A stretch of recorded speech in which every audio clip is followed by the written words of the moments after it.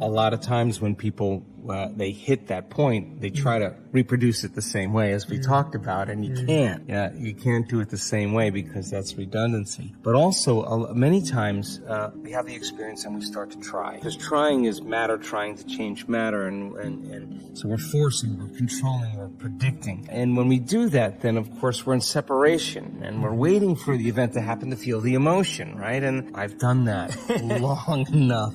And it's actually have to lay down the very thing we used our whole life to get what we want for something greater to occur. And it takes practice of surrender, right?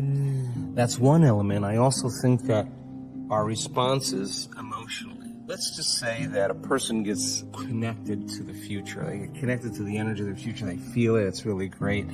And then they start their day, and then 2 hours later, they're feeling something else because some person or some circumstance altered their state. Well, they just disconnected from the energy of the future, and now they're back to the energy of the past. Don't expect anything to change in your life because it doesn't work that way. So then when they get back to that old self again, then they say, what's wrong with me? I failed. They didn't do it right. No, that's all the program. You show up again and you go after it again. So familiar feelings cause us to no longer see through the lens of the future. We're seeing through the lens of the past, and we color reality that way. So familiar emotions get in the way as well. And then, of course, there's always belief.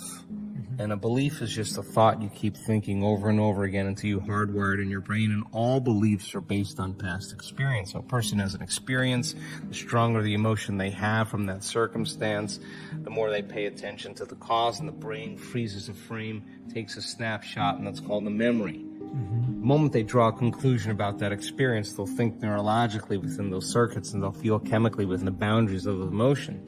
Thinking and feeling, belief becomes an unconscious or subconscious state of being.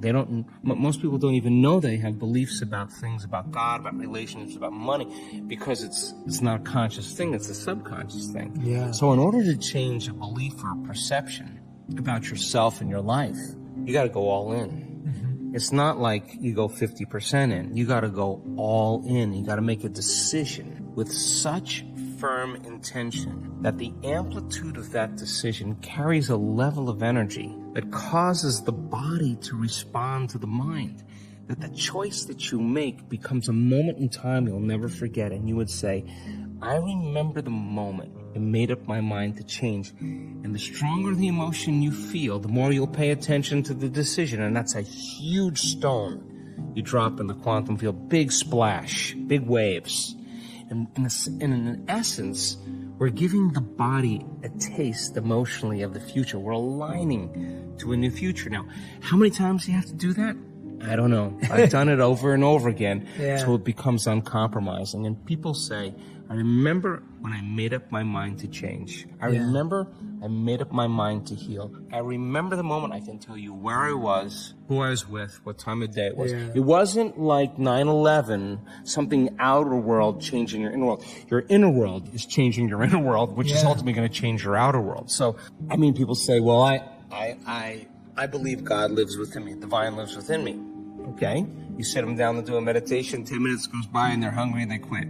If you knew the divine lived within you, you wouldn't quit. You would not. You would be like, I'm here. Yeah. And you're gonna go a little deeper, a little further. You're gonna get past your hunger, you're gonna get past your pain. You're gonna go a little further because, like, you want to know, right? Yeah. If you knew it was there, so that's a belief that you're not aware of, right? Yeah. So we all have them. I face them every day. So people have beliefs that, like, that the divine has an opinion about them. It's impossible to judge. It would divide itself. It can't do that. So as we start having these experiences, I think then our paradigm shifts many times, at least for me. I mean, I can't tell you how many times I've had a transcendental moment, come back to Joe Dispenza and looked out in this world and I said, I got this all wrong. This is not about abstaining from life.